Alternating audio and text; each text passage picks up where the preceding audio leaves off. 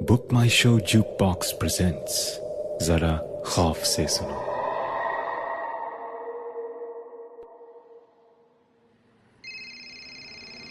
हाँ डैड। हाँ प्रिया बेटे, रूम मिल गया? हाँ डैड, मुझे हॉस्टल रूम मिल गया है। मम्मी को भी इन्फॉर्म कर दिया है, तो आप अब प्लीज चिंता मत करना। Okay bye, I love you. Bye. मैंने अपनी हॉकी स्टिक, बैग और सूटकेस उठाया और मैं यूनिवर्सिटी की एडमिनिस्ट्रेशन बिल्डिंग से निकलकर अपनी हॉस्टल की ओर चली। I travel light, after all army officer की बेटी हूँ। हॉस्टल एंटर करते ही कुछ सीनियर्स मिले और उनमें से एक ने मुझे रोका। तुम प्रिया हो? तुम्हें रूम नंबर 49 मिला है ना? हाँ। रह लोगी अकेले उसमें? क्यों, कोई शेयर करना चाहता है? और मेरी इस बात पर सब हंसे। श्योर, शेयर करने वाली ऑलरेडी तुम्हारा इंतजार कर रही है। जाओ कट लो। मुझे कुछ समझ में ही नहीं आया, क्या ये कोई नया तरीका है रैगिंग का? एनीवे, मुझे डर बिल्कुल नहीं लगा। आर्मी वाले की बेटी हूं मैं। मेरा रूम टॉप फ्लोर पे था। रूम खोलकर अंदर एंटर हुई तो वाओ, रूम मेरा कॉर्नर वाला था। सो इस रूम में 2 छोटी विंडोज थी, विच मीन्स गर्मी में भी कम से कम क्रॉस वेंटिलेशन रहेगा। अपना सामान रखकर सबसे पहले मैं विंडोज खोलने लगी, लेकिन दे वर जैम्ड। बड़ी ताकत लगाई, लेकिन दे वुड जस्ट नॉट बज। दोनों ही बुरी तरह से जैम थी। किसी को बुलाकर खुलवानी पड़ेंगी। रूम में एक बेड था, एक अलमारी, एक छोटी सी स्टडी टेबल और चेयर। थोड़ी देर में कॉलेज में इंट्रोडक्शन सेशन था, तो मैं जल्दी से फ्रेश हुई और कपड़े चेंज करके निकल गई।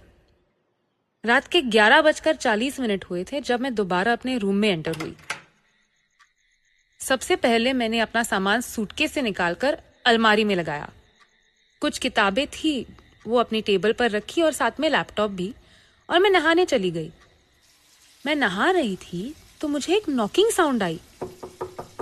मुझे लगा कि जैसे कोई बाथरूम डोर पर नॉक कर रहा है, लेकिन जब मेरा रूम अंदर से लॉक्ड है तो कोई रूम के अंदर कैसे आएगा to knock on my bathroom door? मैंने सोचा मेरे कान बज रहे होंगे।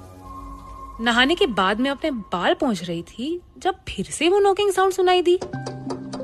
इस बार मैंने ध्यान से सुनी तो साउंड ऐसे थी जैसे कोई ग्लास पे नॉक कर रहा है।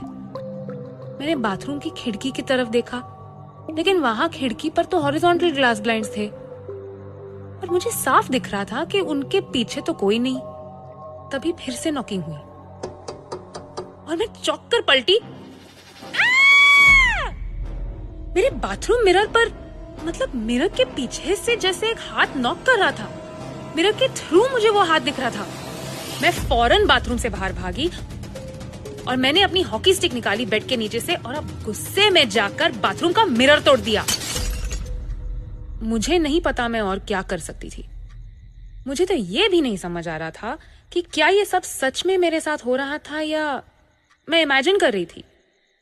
तभी सच में मेरे मेन डोर पर नॉक हुई और किसी की आवाज आई। प्रिया, क्या हुआ प्रिया? Are you okay? मैंने दरवाजा खोला। मेरी नेबर थी ईरा। मैंने ईरा से कहा मैं फिसल गई। मैं नहीं चाहती थी कि फर्स्ट डे मेरे बारे में किसी को कोई गलत इंप्रेशन हो। इट्स ओके ईरा, कुछ नहीं, बस वो बाथरूम का मिरर टूट गया, सो कल बदलवा लूंगी। I am fine. ईरा गई और मैं डोर बंद करके सीधा जाके बेड पर लेट गई और लेटते ही गहरी नींद आ गई। अचानक एक लाउड नॉइज से मेरी आंख खुली। उठकर देखा तो मेरे सामने की विंडो खुली थी और तभी मेरे बेड के बगल की विंडो भी खटाक करके अपने आप खुल गई। मैं दोनों विंडोज को देखती रही। This was dam strange. Windows बाहर को खुलने वाली थी तो तेज हवा से भी कैसे खुल सकती हैं? मुझे अजीब जरूर लग रहा था, लेकिन मैं डरी नहीं।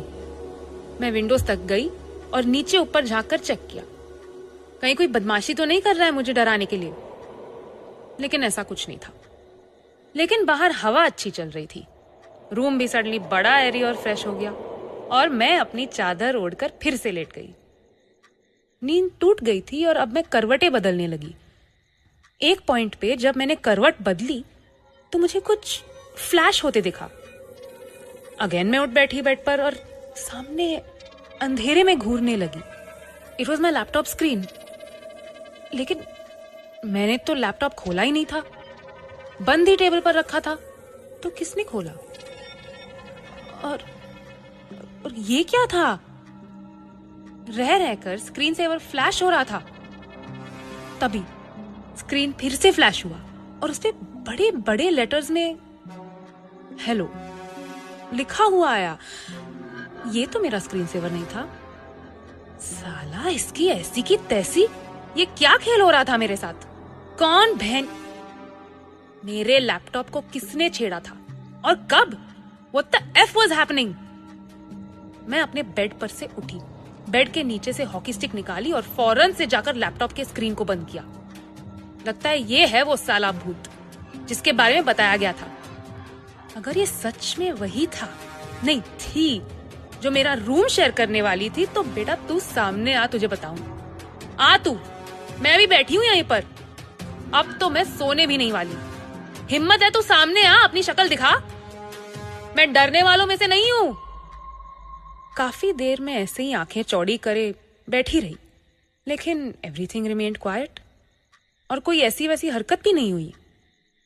कुर्सी पर बैठे बैठे कब मेरी आंख लग गई मैंने रियलाइज ही नहीं किया।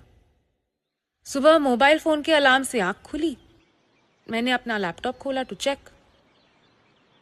मेरा ओरिजिनल स्क्रीन सेवर इंटैक्ट था।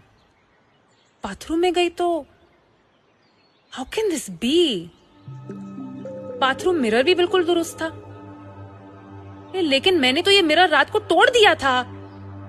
मुझे समझ ही नहीं आया, क्या मैंने सब इमेजिन किया था रात को? नहीं, आई एम श्योर वो सब हुआ था। मैं जब ब्रेकफास्ट करने नीचे गई तो I was feeling very stupid. मैंने कभी भूत प्रेत इस नॉनसेंस में विश्वास ही नहीं किया था, तो कैसे बिलीव कर लूं कि सच में मेरे रूम में कोई भूत था? मेस तक पहुंची तो मुझे वही सीनियर मिली। हाय प्रिया, अपनी रूमी से मिल ली? मुझसे पहले रूम नंबर 49 में कौन रहती थी? क्या उसके साथ भी कुछ हुआ था? I mean, उस रूम में भूत है ऐसा क्यों कहा जाता है? क्यों? अब भी यकीन नहीं हो रहा कि तुम उस रूम में अकेली नहीं हो? नहीं, पहले आप मेरे सवाल का जवाब दो ना प्लीज। 2 साल पहले नेहा नाम की एक लड़की रह रही थी जो अचानक एक दिन गायब हो गई। गायब? मतलब? वो फर्स्ट ईयर एग्जाम्स में फेल हुई।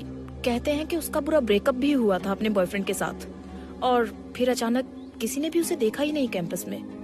यूनिवर्सिटी अथॉरिटीज ने उसके घर वालों को इन्फॉर्म किया। उन्होंने मिसिंग पर्सन रिपोर्ट लिखवाई, लेकिन आज तक उसका कोई अता पता नहीं मिला है। ओह, और उसका वो बॉयफ्रेंड? किसी को नहीं पता। कहते हैं कॉलेज का ही कोई था, बट नो वन नोज कौन। उस रात डिनर करके रूम में आई तो शांति ही थी। मैं देर तक किताब पढ़ती रही थी जब मोबाइल पर एक एसएमएस आया। कोई अननोन नंबर था। मैंने चेक किया तो सॉरी लिखा हुआ था, और जैसे ही मैं पढ़ रही थी एक एक करके 2-3 मैसेजेस और आए, एक के बाद एक, सेम नंबर से। तुम डर गई, मुझसे एंग्री तो नहीं होना, मैं दोस्त बनना चाहती हूँ। मैं हैरान थी, ये कौन है? कौन दोस्त बनना चाहता है मेरा? कहीं किसी ने गलती से मेरे नंबर पर मैसेज कर दिया है।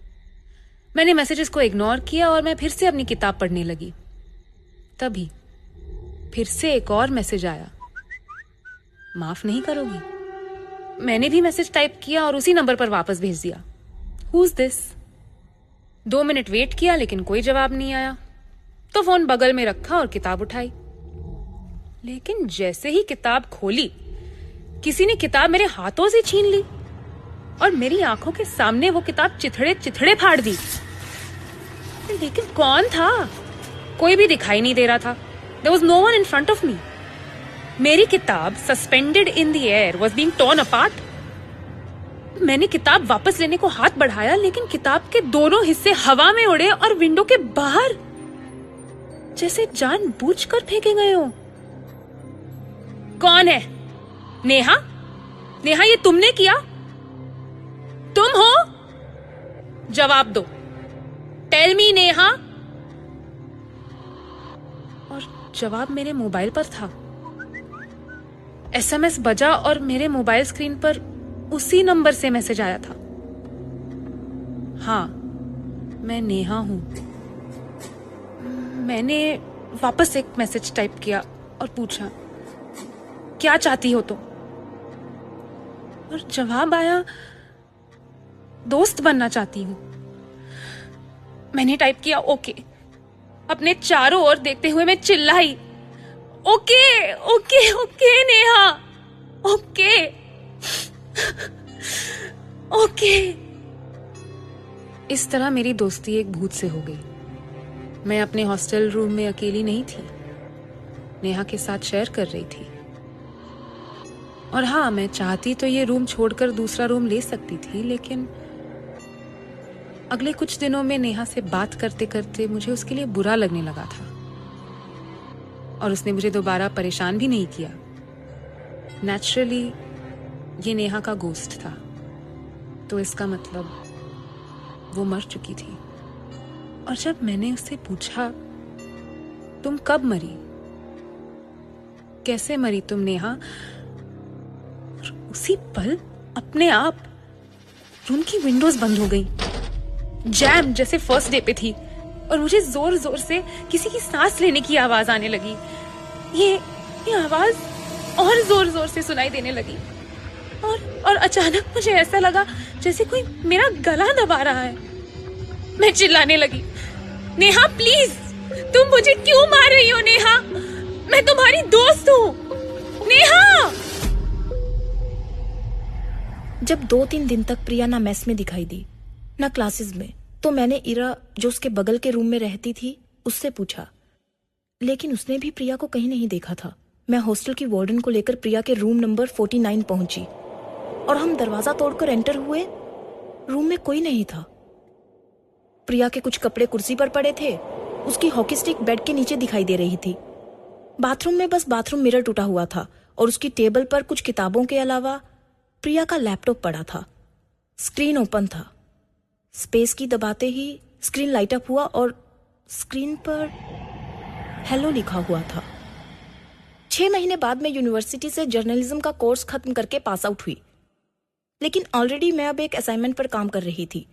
मैं इंडिया की और university hostels, private student hostels की स्टडी कर रही हूँ, जहां यह माना जाता है कि किसी रूम में कोई भूत रहता है, कोई हॉस्टल जो हॉन्टेड है, और जहां से नेहा, प्रिया जैसी लड़कियां गायब हो गई।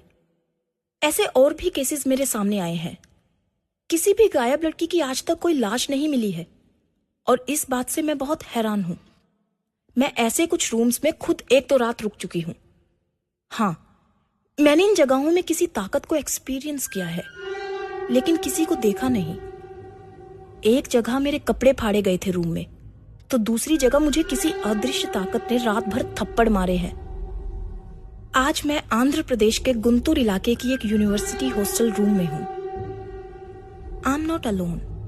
कोई बेचैन आत्मा मेरा रूम शेयर कर रही है। वो 2 बार ऑलरेडी मुझे धक्के देकर बेड पर से गिरा चुकी है, और अब मैं जमीन पर ही लेटी पड़ी हूं। ये आत्माएं कौन है, क्यों है, क्या चाहती हैं, और इनका शिकार कहां गायब हो जाता है, मैं अभी तक सॉल्व नहीं कर पाई हूं। मैं ये सब सोच रही हूं जब अचानक मेरे ऊपर सीलिंग पर फैन तेज चलने लगता है, और तेज। उसकी स्पीड बढ़ती जा रही है। अब वो जोर जोर से हिल रहा है, और सडनली मुझे ऐसा लगता है जैसे वो फैन मुझे ऊपर की ओर खींच रहा है। मेरी बॉडी ऊपर उठने लगती है। मैं चीख रही हूं, चिल्ला रही हूं, लेकिन शायद गले से मेरी आवाज नहीं निकल रही है। और उस पल मुझे सिर्फ कुछ कॉन्सेंट्रिक सर्कल्स ही दिख रहे हैं फैन की जगह, और वो सर्कल्स जैसे खुलने लगते हैं, बड़े होने लगते हैं, और उनके अंदर मुझे नेहा, प्रिया, जानवी, मानसी और ना जाने कितनी ही वो लड़कियां दिखती हैं जो गायब हुई हैं, और वे सब अपना एक हाथ आगे बढ़ाए मुझे अपने सर्कल में खींचने को तैयार दिख रही है। I am very close to the fan. Fan के ब्लेड्स इतनी तेजी से घूम रहे हैं कि दिखाई भी नहीं दे रहे, एंड